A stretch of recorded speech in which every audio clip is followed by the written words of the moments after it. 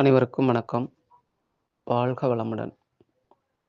இணைகின்ற தாய் தந்தையரின் பொற்பாதங்களை வணங்கி, எனது குருமார்கள் அனைவரின் பொற்பாதங்களையும் தொட்டு மகிழ்ந்து வணங்கி, நவக்கிரக நாயகர்களின்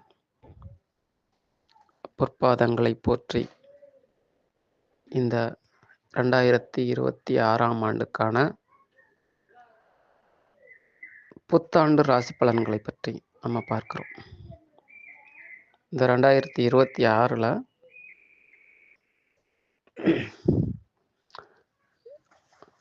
ஒவ்வொரு ராசிக்கும் எப்படி பலன்கள் இருக்குது, எப்படி தர இருக்கிறது இந்த கிரக நிலைகள் அப்படின்னு சொல்லி நம்ம பார்க்க இருக்கிறோம்.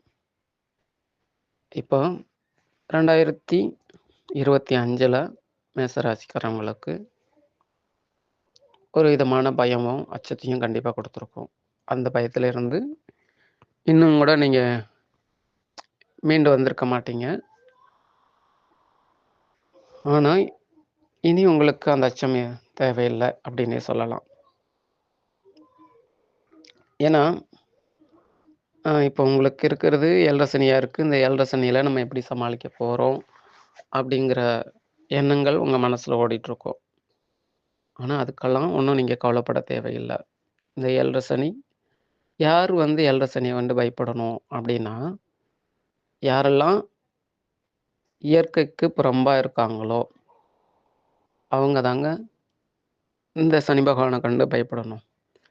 ஏழரை சனி அப்படின்னா என்ன அப்படின்னா, அதாவது சனி பகவான் ஒரு நீதிமான் அப்படின்னு சொல்லுவாங்க. அது சனி பகவான் எந்த ராசியில் உச்சமடைஞ்சிருக்காங்க? தராசை சின்னமாக கொண்ட துலா ராசியில் தான் உச்சமடைஞ்சிருக்காங்க. அதாவது தராசுனா ஒரு சமநிலையை தரக்கூடிய இடம்தான். அதாவது எடைக்கு எடை சமமாக இருக்கணும் அப்படிங்கிறது தான். இந்த சனி பகவான் யாரை குறிக்கக்கூடியவங்க? நீதிமான்னு சொல்லுவாங்க, கர்மக்காரகன்னு சொல்லுவாங்க. அதாவது நம்ம செஞ்ச நல்லது கெட்டதுகளை சமநிலைப்படுத்தக்கூடியவர் தான். நம்ம பாவங்கள் செஞ்சுருந்தோம்னா நம்ம பாவத்தை சமநிலைப்படுத்தக்கூடிய அமைப்பில் தான் இந்த கிரகங்களை நமது முன்னோர்கள் ரிஷிமார்கள் எல்லாமே அவ்வளோ அற்புதமாக வச்சுருக்காங்க. அதனால தான் இந்த சனி பகவான் வரும்போது நம்மளுக்கு கஷ்டம் வருது. அதாவது ஏழரை சனி வரும்போது நம்மளுக்கு கஷ்டங்கள் வருது. நம்மளுக்கு கஷ்டம் வருது அப்படின்னா நம்ம என்ன நினைக்கணும்? நம்ம தெரிஞ்சோ தெரியாமலோ நம்ம முன்னோர்களோ நமது உறவினர்களோ செஞ்ச தவறுகளுக்கு அந்த பிராயச்சித்தம் தேடும் காலம்தான் இந்த ஏழரை சனி. அப்போ ஏழரை சனி வரும்போது நம்மளுக்கு நம்ம ஒரு தூய்மைப்படுத்தும் பணியை தான் இந்த சனி பகவான் இந்த ஏழரை பணி செய்யுது அப்படின்னு நம்ம எடுத்துக்கிட்டோம் அப்படின்னா நம்மளுக்கு ஒரு மனசு ஒரு நிம்மதியாக இருக்கும்.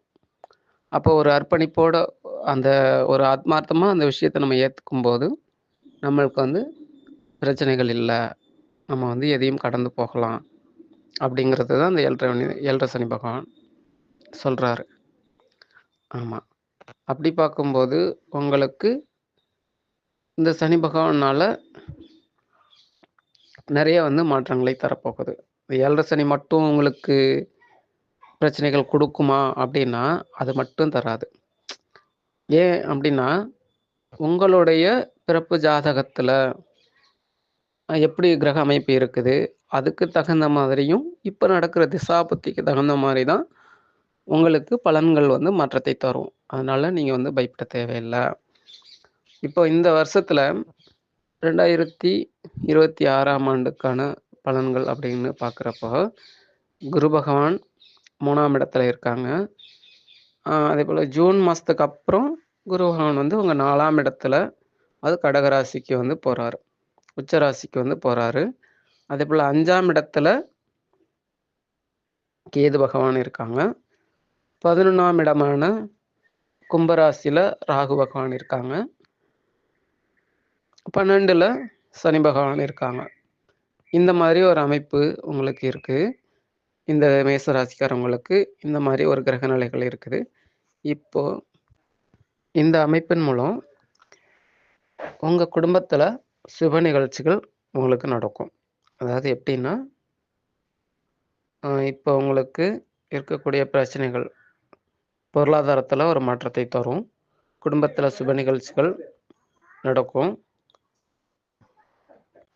குறிப்பா திருமணத்துக்காக இருக்கக்கூடிய பெண்கள், திருமணத்துக்கு காத்துட்ருக்கும் பெண்களுக்கு இந்த வருஷம் கண்டிப்பா நல்ல வரன் அமையும். குழந்தை பாக்கியத்துக்கு எதிர்பார்ப்பவர்களுக்கு குழந்தை பாக்கியம் மருத்துவம் மூலமாக நிச்சயமா குழந்தை பாக்கியம் அமையும். இந்த வருஷம் மருத்துவம், சூட்சமமான மருத்துவ முறைகள் எல்லாமே உங்களுக்கு கை கொடுக்கும்.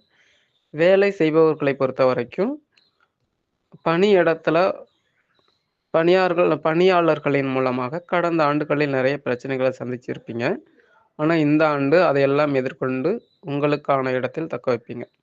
உங்களுக்கு தொந்தரவுகள் கொடுத்தவங்க இனி தொந்தரவு கொடுக்க வாய்ப்புகள் இல்ல. அதேபோல புதிதாக வேலை தேடுபவர்களுக்கு நல்ல வேலைகள் அமையும். பணி செய்யும் இடத்துல பதவி உயர்வு உங்க எதிர்பார்ப்புகளுக்கு கண்டிப்பா உதவி தரும். அதேபோல வருமான உயர்வு, வேலையில முன்னேற்றம் ஆகியவை அமையும். கல்வி மாணவர்களை பொறுத்தவரைக்கும், கல்வியில ஒரு மந்த நிலை இருக்கும். தேவையற்ற எண்ணங்கள், எதிர்மறை சிந்தனைகள் இது எல்லாமே இருந்துட்டு இருந்தது. இப்போ படிப்படியா குறைஞ்சு, நல்ல ஒரு முன்னேற்றமான காலகட்டம் இது. குறிப்பாக கைபேசி, லேப்டாப்பு போன்ற விஷயங்கள்ல பயன்படுத்துவதை தவிர்ப்பது நல்லது. பொழுதுபோக்கு அம்சங்கள் மீதான நாட்டங்கள் அதிகரிக்கும். பேச்சுவார்த்தைகள்ல கவனம் அதிக தேவை. குடும்ப உறுப்பினர்களுக்குள்ள வாக்குவாதம் ஏற்படலாம். மனக்குழப்பங்கள் அதிகரிக்கும். உடல் ஆரோக்கியத்துல மிகுந்த கவனம் தேவை. ஏற்ற பயணங்கள் குறைத்து கொள்ளவும். அதாவது நம்மளுக்கு பயணங்கள்ல கொஞ்சம் குறைவா இருக்கணும் அப்படிங்கிறத சொல்றாங்க. இந்த ஆண்டு அதிக பயணங்கள் இருக்கும். குறிப்பா ஆலயங்களுக்கு சென்று தரிசனம் செய்வது நல்லது. தந்தையாரின் உடல்நலத்தில் கவனம் தேவை. மேலும் பயணங்கள், மன உளைச்சல்கள், வேலையில் தடுமாற்றங்கள் ஏற்படலாம். பொருளாதார பற்றாக்குறைகள் ஏற்படும். கடன் வாங்க வேண்டிய சூழ்நிலைகள் உருவாகும். கண்டிப்பாக கடன் வாங்குவீர்கள். கடன் வாங்குவது நல்லது. ஆடம்பர செலவுகளுக்கு கடன் வேண்டாம்.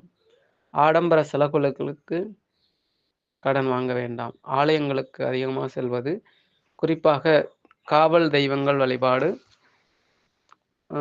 மஞ்சள் நிற காவல் தெய்வங்களுக்கு மஞ்சள் நிற வஸ்திரங்கள் வாங்கி அணிவிப்பது, காவல் தெய்வத்திற்கு நெய்விளக்கு ஏற்றி வழிபடுவது குடும்பத்திற்கு மென்மையை தரும்.